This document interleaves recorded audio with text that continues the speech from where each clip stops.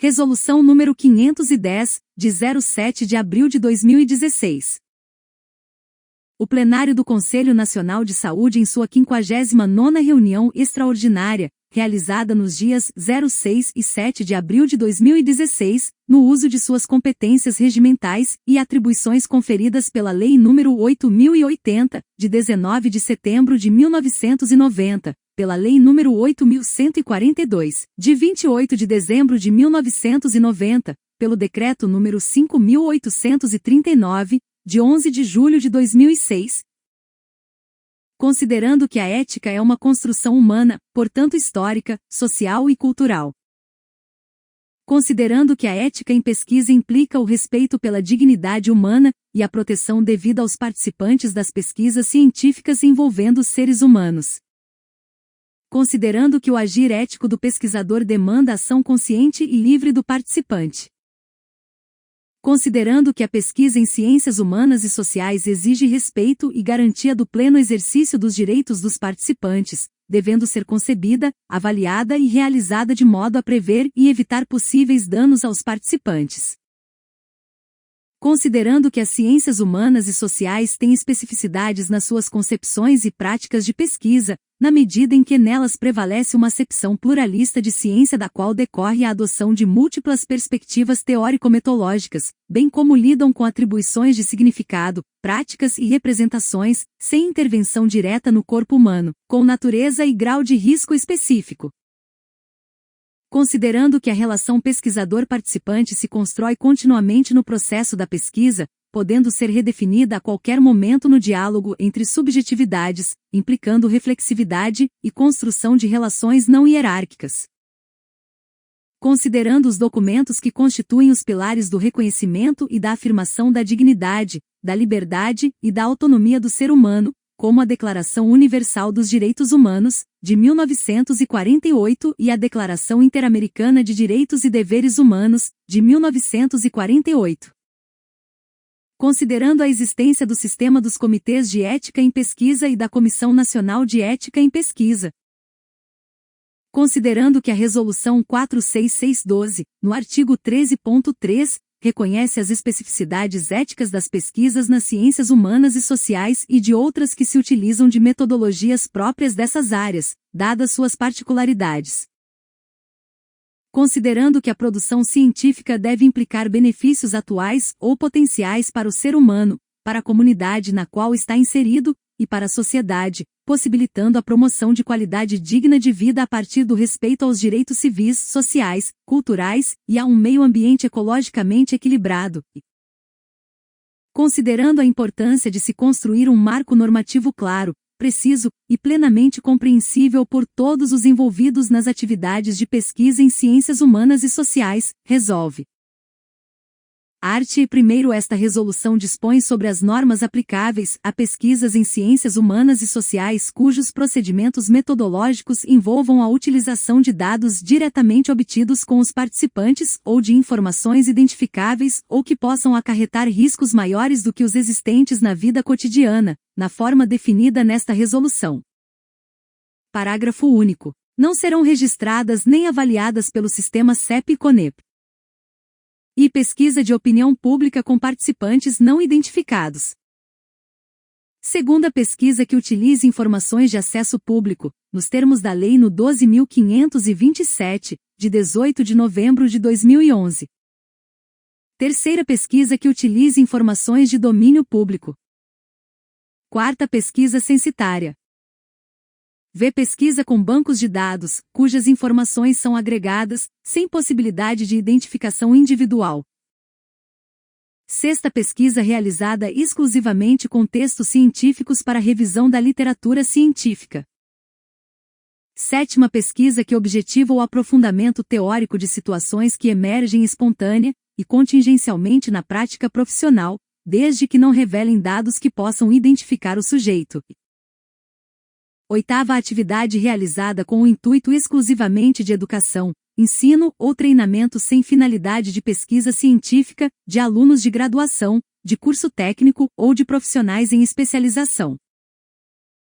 Primeiro, não se enquadram no inciso antecedente os trabalhos de conclusão de curso, monografias e similares, devendo-se, nestes casos, apresentar o protocolo de pesquisa ao sistema CEP e CONEP. Segundo caso, durante o planejamento ou a execução da atividade de educação, ensino ou treinamento surge a intenção de incorporação dos resultados dessas atividades em um projeto de pesquisa, dever-se-á, de forma obrigatória, apresentar o protocolo de pesquisa ao sistema CEP e CONEP. Capítulo I. Dos termos e definições. Art. 2º. Para os fins desta resolução, adotam-se os seguintes termos e definições. E assentimento livre e esclarecido. Anuência do participante da pesquisa criança, adolescente ou indivíduos impedidos de forma temporária ou não de consentir, na medida de sua compreensão, e respeitadas suas singularidades, após esclarecimento sobre a natureza da pesquisa, justificativa, objetivos, métodos, potenciais benefícios e riscos. A obtenção do assentimento não elimina a necessidade do consentimento do responsável. Segunda é assistência ao participante da pesquisa. É aquela prestada para atender danos imateriais decorrentes, direta ou indiretamente da pesquisa. Terceira, benefícios, contribuições atuais ou potenciais da pesquisa para o ser humano, para a comunidade na qual está inserido, e para a sociedade, possibilitando a promoção de qualidade digna de vida, a partir do respeito aos direitos civis, sociais, culturais, e a um meio ambiente ecologicamente equilibrado. Quarta, confidencialidade. É a garantia do resguardo das informações dadas em confiança e a proteção contra a sua revelação não autorizada. V. Consentimento livre e esclarecido. Anuência do participante da pesquisa ou de seu representante legal, livre de simulação, fraude, erro ou intimidação, após esclarecimento sobre a natureza da pesquisa, sua justificativa, seus objetivos, métodos, potenciais benefícios e riscos. Sexta, informações de acesso público. Dados que podem ser utilizados na produção de pesquisa e na transmissão de conhecimento, e que se encontram disponíveis sem restrição ao acesso dos pesquisadores e dos cidadãos em geral, não estando sujeitos a limitações relacionadas à privacidade, à segurança ou ao controle de acesso. Essas informações podem estar processadas ou não, e contidas em qualquer meio, suporte e formato produzido ou gerido por órgãos públicos ou privados. Sétima, dano material. Lesão que atinge o patrimônio do participante da pesquisa em virtude das características ou dos resultados do processo de pesquisa, impondo uma despesa pecuniária ou diminuindo suas receitas auferidas ou que poderiam ser auferidas. Oitava, e dano imaterial. Lesão em direito ou bem da personalidade, tais como integridades física e psíquica, saúde, honra, imagem e privacidade, ilicitamente produzida ao participante da pesquisa por características ou resultados do processo de pesquisa. Nona, discriminação. Caracterização ou tratamento social de uma pessoa ou grupo de pessoas, com consequente violação da dignidade humana, dos direitos humanos e sociais, e das liberdades fundamentais dessa pessoa ou grupo de pessoas. X. Esclarecimento. Processo de apresentação clara e acessível da natureza da pesquisa, sua justificativa, seus objetivos, métodos, potenciais benefícios e riscos, concebido na medida da compreensão do participante, a partir de suas características individuais, sociais, econômicas e culturais, e em razão das abordagens metodológicas aplicadas. Todos esses elementos determinam se o esclarecimento dar-se-á por documento escrito, por imagem ou de forma oral, registrada ou sem registro. X. Estigmatização. Atribuição de conteúdo negativo a uma ou mais características, estigma, de uma pessoa ou grupo de pessoas, com consequente violação à dignidade humana, aos direitos humanos e liberdades fundamentais dessa pessoa ou grupo de pessoas. 12. Etapas preliminares de uma pesquisa. São assim consideradas as atividades que o pesquisador tem que desenvolver para averiguar as condições de possibilidade de realização da pesquisa, incluindo investigação documental e contatos diretos com possíveis participantes, sem sua identificação e sem o registro público e formal das informações assim obtidas, não devendo ser confundidas com estudos exploratórios ou com pesquisas piloto, que devem ser consideradas como projetos de pesquisas. Incluem-se nas etapas preliminares as visitas às comunidades, aos serviços, as conversas com liderança comunitárias, entre outros.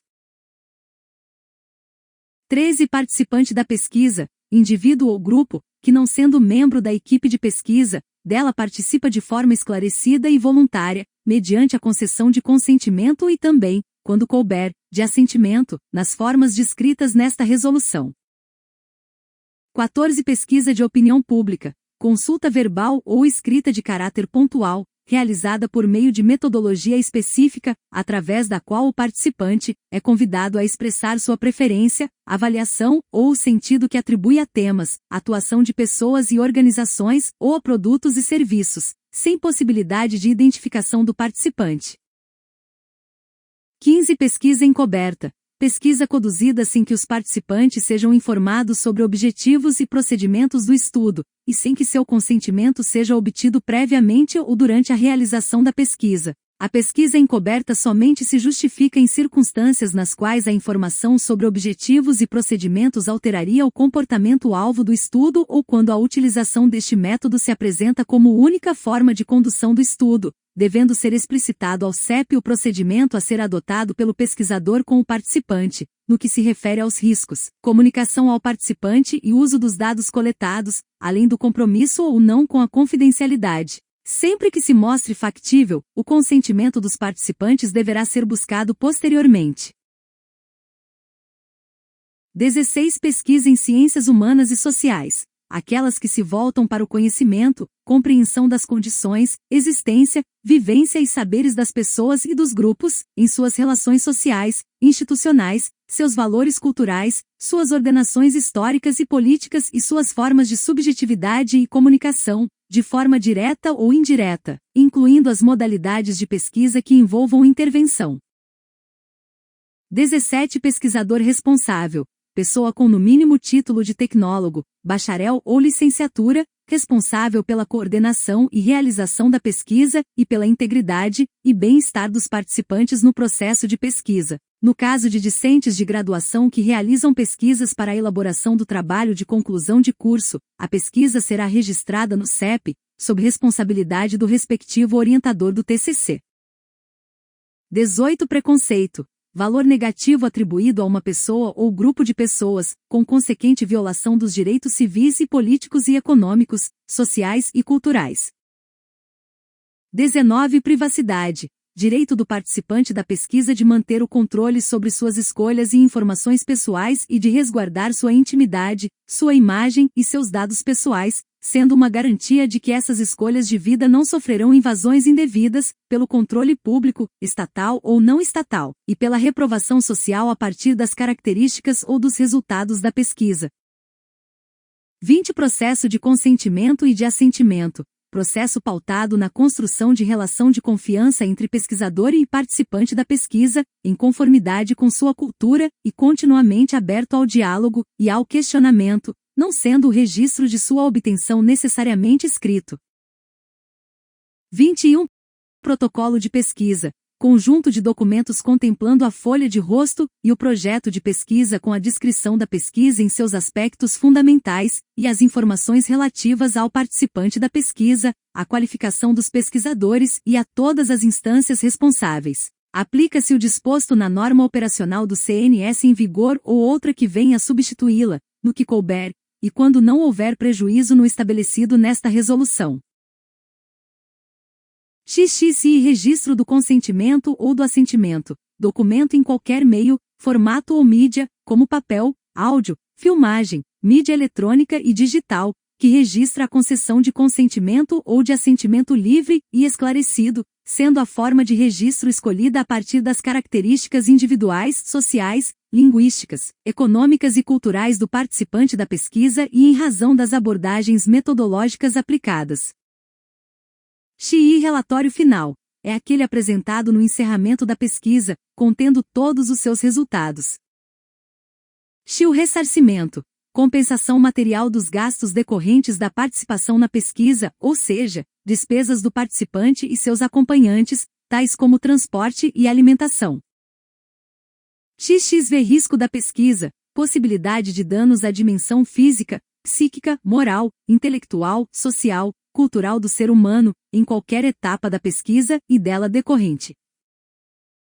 XXV e vulnerabilidade, situação na qual pessoa ou grupo de pessoas tenha reduzida a capacidade de tomar decisões e opor resistência na situação da pesquisa, em decorrência de fatores individuais, psicológicos, econômicos, culturais, sociais ou políticos. Capítulo 2. Dos princípios éticos das pesquisas em ciências humanas e sociais. Arte. Terceiro são princípios éticos das pesquisas em ciências humanas e sociais. E reconhecimento da liberdade e autonomia de todos os envolvidos no processo de pesquisa, inclusive da liberdade científica e acadêmica. Segunda, defesa dos direitos humanos e recusa do arbítrio e do autoritarismo nas relações que envolvem os processos de pesquisa. Terceira, respeito aos valores culturais, sociais, morais e religiosos, bem como aos hábitos e costumes dos participantes das pesquisas. Quarta, empenho na ampliação e consolidação da democracia por meio da socialização da produção de conhecimento resultante da pesquisa, inclusive em formato acessível ao grupo ou população que foi pesquisada. V. Recusa de todas as formas de preconceito, incentivando o respeito à diversidade, a participação de indivíduos e grupos vulneráveis e discriminados e as diferenças dos processos de pesquisa. Sexta, garantia de assentimento ou consentimento dos participantes das pesquisas, esclarecidos sobre seu sentido e implicações. Sétima, garantia da confidencialidade das informações, da privacidade dos participantes e da proteção de sua identidade, inclusive do uso de sua imagem e voz. Oitava, garantia da não utilização, por parte do pesquisador, das informações obtidas em pesquisa em prejuízo dos seus participantes. Nona, compromisso de todos os envolvidos na pesquisa de não criar, manter ou ampliar as situações de risco ou vulnerabilidade para indivíduos e coletividades, nem acentuar o estigma, o preconceito ou a discriminação. X. Compromisso de propiciar assistência a eventuais danos materiais e imateriais, decorrentes da participação na pesquisa, conforme o caso sempre e enquanto necessário. Capítulo 3. Do processo de consentimento e do assentimento livre e esclarecido. Arte. Quarto, o processo de consentimento e do assentimento livre e esclarecido envolve o estabelecimento de relação de confiança entre pesquisador e participante, continuamente aberto ao diálogo e ao questionamento, podendo ser obtido ou registrado em qualquer das fases de execução da pesquisa, bem como retirado a qualquer momento, sem qualquer prejuízo ao participante. Arte. Quinto, o processo de comunicação do consentimento e do assentimento livre e esclarecido pode ser realizado por meio de sua expressão oral, escrita, língua de sinais ou de outras formas que se mostrem adequadas, devendo ser consideradas as características individuais, sociais, econômicas e culturais da pessoa ou grupo de pessoas participante da pesquisa, e as abordagens metodológicas aplicadas. Primeiro, o processo de comunicação do consentimento e do assentimento livre e esclarecido deve ocorrer de maneira espontânea, clara e objetiva, e evitar modalidades excessivamente formais, num clima de mútua confiança, assegurando uma comunicação plena e interativa. Segundo, no processo de comunicação do consentimento e do assentimento livre e esclarecido, o participante deverá ter a oportunidade de esclarecer suas dúvidas, bem como dispor do tempo que lhe for adequado para a tomada de uma decisão autônoma. Arte. Sexto, o pesquisador deverá buscar o momento, condição e local mais adequado para que os esclarecimentos sobre a pesquisa sejam efetuados, considerando, para isso, as peculiaridades do convidado a participar da pesquisa, a quem será garantido o direito de recusa. Arte. Sétimo, o pesquisador deverá assegurar espaço para que o participante possa expressar seus receios ou dúvidas durante o processo de pesquisa, evitando qualquer forma de imposição ou constrangimento, respeitando sua cultura. Arte. Oitavo, as informações sobre a pesquisa devem ser transmitidas de forma acessível e transparente para que o convidado a participar de uma pesquisa, ou seu representante legal, possa se manifestar, de forma autônoma, consciente, livre e esclarecida. Arte. Nono, são direitos dos participantes. E ser informado sobre a pesquisa. Segunda, desistir a qualquer momento de participar da pesquisa, sem qualquer prejuízo. Terceira, ter sua privacidade respeitada. Quarta, ter garantida a confidencialidade das informações pessoais. V, decidir se sua identidade será divulgada e quais são, dentre as informações que forneceu, as que podem ser tratadas de forma pública. Sexta, ser indenizado pelo dano decorrente da pesquisa, nos termos da lei. Sétima, o ressarcimento das despesas diretamente decorrentes de sua participação na pesquisa. Seção I. Da obtenção do consentimento e do assentimento. Art. 10. O pesquisador deve esclarecer o potencial participante, na medida de sua compreensão, e respeitadas suas singularidades, sobre a natureza da pesquisa, seus objetivos, métodos, direitos, riscos e potenciais benefícios. Art. 11. O consentimento do participante da pesquisa deverá ser particularmente garantido àquele que, embora plenamente capaz, esteja exposto a condicionamentos específicos, ou sujeito à relação de autoridade ou de dependência, caracterizando situações passíveis de limitação da autonomia. Art. 12. Deverá haver justificativa da escolha de crianças, de adolescentes e de pessoas em situação de diminuição de sua capacidade de decisão no protocolo a ser aprovado pelo sistema CEP-CONEP. Parágrafo único. Nos casos previstos no caput deverão ser obtidos o assentimento do participante, e o consentimento livre e esclarecido, por meio dos representantes legais do participante da pesquisa, preservado o direito à informação e à autonomia do participante, de acordo com a sua capacidade. Art. 13. Em comunidades cuja cultura reconheça a autoridade do líder ou do coletivo sobre o indivíduo, como é o caso de algumas comunidades tradicionais, indígenas ou religiosas, por exemplo, a obtenção da autorização para a pesquisa deve respeitar tal particularidade, sem prejuízo do consentimento individual, quando possível e desejável. Art. 14. Quando for inviável a realização do processo de consentimento livre e esclarecido, a dispensa desse processo deve ser justificadamente solicitada pelo pesquisador responsável ao sistema CEP-CONEP para apreciação. Seção 2ª. Do registro do consentimento e do assentimento.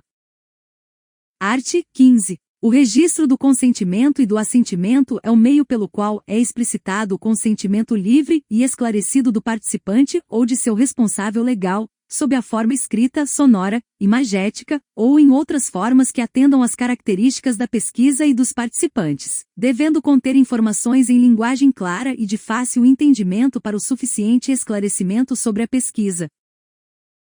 Primeiro, quando não houver registro de consentimento e do assentimento, o pesquisador deverá entregar documento ao participante que contemple as informações previstas para o consentimento livre e esclarecido sobre a pesquisa.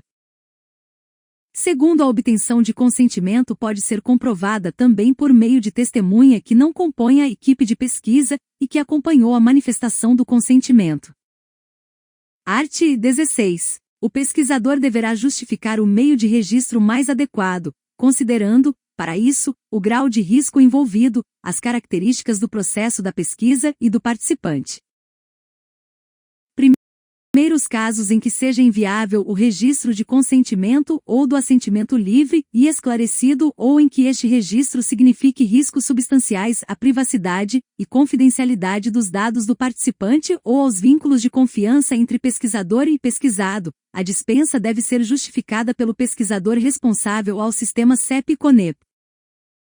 Segundo, a dispensa do registro de consentimento ou de assentimento não isenta o pesquisador do processo de consentimento ou de assentimento, salvo nos casos previstos nesta resolução. Terceiro, a dispensa do registro do consentimento deverá ser avaliada e aprovada pelo sistema CEP-CONEP. Art. 17. O registro de consentimento livre e esclarecido, em seus diferentes formatos, deverá conter esclarecimentos suficientes sobre a pesquisa, incluindo e a justificativa, os objetivos e os procedimentos que serão utilizados na pesquisa, com informação sobre métodos a serem utilizados, em linguagem clara e acessível, aos participantes da pesquisa, respeitada a natureza da pesquisa. Segunda, a explicitação dos possíveis danos decorrentes da participação na pesquisa, além da apresentação das providências e cautelas a serem empregadas para evitar situações que possam causar dano, considerando as características do participante da pesquisa. Terceira, a garantia de plena liberdade do participante da pesquisa para decidir sobre sua participação, podendo retirar seu consentimento, em qualquer fase da pesquisa, sem prejuízo algum. Quarta é a garantia de manutenção do sigilo e da privacidade dos participantes da pesquisa, seja pessoa ou grupo de pessoas, durante todas as fases da pesquisa, exceto quando houver sua manifestação explícita em sentido contrário, mesmo após o término da pesquisa. Vê informação sobre a forma de acompanhamento e assistência a que terão direito os participantes da pesquisa, inclusive considerando benefícios quando houver. Sexta, garantia aos participantes do acesso aos resultados da pesquisa. Sétima, explicitação da garantia ao participante de ressarcimento e a descrição das formas de cobertura das despesas realizadas pelo participante decorrentes da pesquisa, quando houver.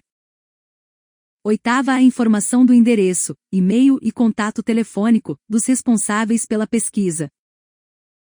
Nona, breve explicação sobre o que é o CEP, bem como o endereço, e-mail e contato telefônico do CEP local, e, quando for o caso, da CONEP. X, a informação de que o participante terá acesso ao registro do consentimento sempre que solicitado. Primeiro, nos casos em que algum dos itens não for contemplado na modalidade de registro escolhida, tal informação deverá ser entregue ao participante em documento complementar, de maneira a garantir que todos os itens supracitados sejam informados aos participantes. Segundo, nos casos em que o consentimento ou o assentimento livre e esclarecido não for registrado por escrito, o participante poderá ter acesso ao registro do consentimento ou do assentimento sempre que solicitado. Terceiro, nos casos em que o consentimento ou o assentimento livre e esclarecido for registrado por escrito, uma via, assinada pelo participante e pelo pesquisador responsável, deve ser entregue ao participante. Quarto, o assentimento do participante da pesquisa deverá constar do registro do consentimento. Capítulo 4. Dos riscos. Art. 18. Nos projetos de pesquisa em ciências humanas e sociais, a definição e a gradação do risco resultam da apreciação dos seus procedimentos metodológicos e do seu potencial de causar danos maiores ao participante do que os existentes na vida cotidiana, em consonância com o caráter processual e dialogal dessas pesquisas. Art. 19. O pesquisador deve estar sempre atento aos riscos que a pesquisa possa acarretar aos participantes em decorrência dos seus procedimentos, devendo para tanto serem adotadas medidas de precaução e proteção, a fim de evitar dano ou atenuar seus efeitos. Primeiro, quando o pesquisador perceber qualquer possibilidade de dano ao participante, decorrente da participação na pesquisa, deverá discutir com os participantes as providências cabíveis, que podem incluir o encerramento da pesquisa e informar o sistema CEP e CONEP. Segundo, o participante da pesquisa que vier a sofrer qualquer tipo de dano resultante de sua participação na pesquisa, previsto ou não no registro de consentimento livre e esclarecido, tem direito à assistência e a buscar indenização. Art. 20. O pesquisador deverá adotar todas as medidas cabíveis para proteger o participante quando criança, adolescente, ou qualquer pessoa cuja autonomia esteja reduzida ou que esteja sujeita à relação de autoridade ou dependência que caracterize situação de limitação da autonomia, reconhecendo sua situação peculiar de vulnerabilidade, independentemente do nível de risco da pesquisa. Art. 21. O risco previsto no protocolo será graduado nos níveis mínimo, baixo, moderado ou elevado, considerando sua magnitude em função de características e circunstâncias do projeto, conforme definição de resolução específica sobre tipificação e gradação de risco e sobre tramitação dos protocolos. Primeiro, a tramitação dos protocolos será diferenciada de acordo com a gradação de risco. Segundo, a gradação do risco deve distinguir diferentes níveis de precaução e proteção em relação ao participante da pesquisa. Capítulo V. Do procedimento de análise ética no sistema CEP e CONEP. Art. 22. O protocolo a ser submetido à avaliação ética somente será apreciado se for apresentada toda a documentação solicitada pelo sistema CEP e CONEP, tal como descrita, a esse respeito, na norma operacional do CNS em vigor, no que couber, e quando não houver prejuízo no estabelecido nesta resolução, considerando a natureza e as especificidades de cada pesquisa. Art. 23. Os projetos de pesquisa serão inscritos na Plataforma Brasil, para sua avaliação ética, da forma prevista nesta resolução, e na resolução específica de gradação, tipificação de risco e tramitação dos protocolos. Art. 24. Todas as etapas preliminares necessárias para que o pesquisador elabore seu projeto não são alvo de avaliação do sistema CEP e CONEP.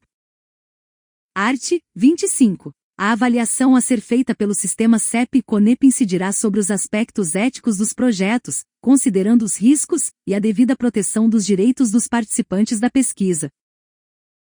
A avaliação científica dos aspectos teóricos dos projetos submetidos a essa resolução compete às instâncias acadêmicas específicas, tais como comissões acadêmicas de pesquisa, bancas de pós-graduação, instituições de fomento à pesquisa, dentre outros. Não cabe ao sistema CEP e CONEP a análise do desenho metodológico em si. Segundo, a avaliação a ser realizada pelo sistema CEP e CONEP incidirá somente sobre os procedimentos metodológicos que impliquem riscos aos participantes.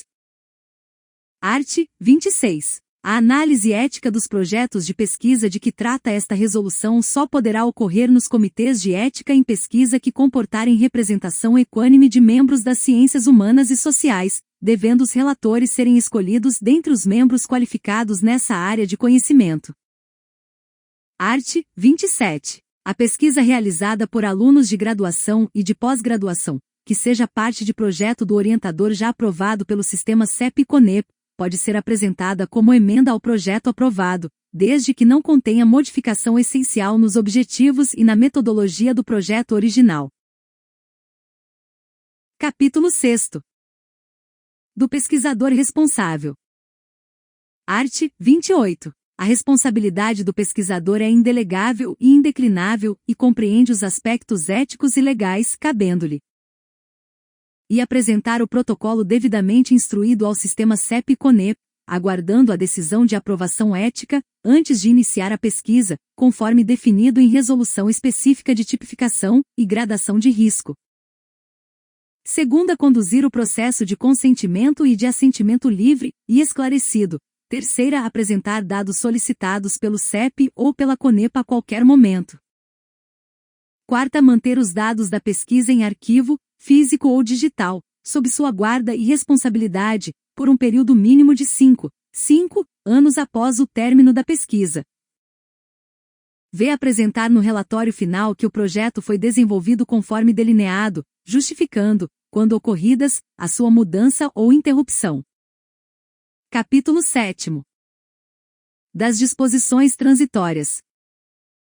Art. 29. Será instituída instância, no âmbito da CONEP, para implementação, acompanhamento, proposição de atualização desta resolução e do formulário próprio para inscrição dos protocolos relativos a projetos das ciências humanas e sociais na Plataforma Brasil, bem como para a proposição de projetos de formação e capacitação na área.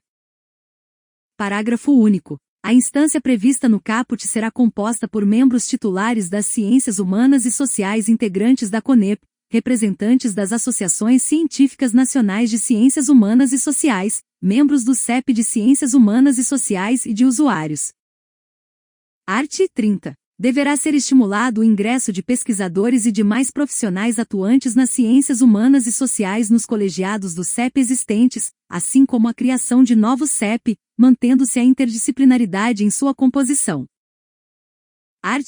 31. Os aspectos relacionados às modificações necessárias na Plataforma Brasil entrarão em vigor quando da atualização do sistema. Capítulo 8. Das disposições finais. Art. 32. Aplica-se o disposto nos itens 7º, 8º, 9º e X, da Resolução CNS no 466, de 12 de dezembro de 2012, no que couber, e quando não houver prejuízo ao disposto nesta resolução. Parágrafo único. Em situações não contempladas por essa resolução, prevalecerão os princípios éticos contidos na Resolução CNS no 466 de 2012. Art. 33. A composição da CONEP respeitará a equidade dos membros titulares e suplentes indicados pelo CEP entre a área de Ciências Humanas e Sociais e as demais áreas que a compõem, garantindo a representação equilibrada das diferentes áreas na elaboração de normas e no gerenciamento do sistema CEP-CONEP. Art. 34. Esta resolução entra em vigor na data de sua publicação. Ronald Ferreira dos Santos, presidente do Conselho Nacional de Saúde. Homólogo à Resolução CNS no 510, de 7 de abril de 2016, nos termos do Decreto de Delegação de Competência de 12 de novembro de 1991. Marcelo Castro, Ministro de Estado da Saúde. Publicada no DOU número 98, terça-feira, 24 de maio de 2016, seção 1, páginas 44, 45, 46.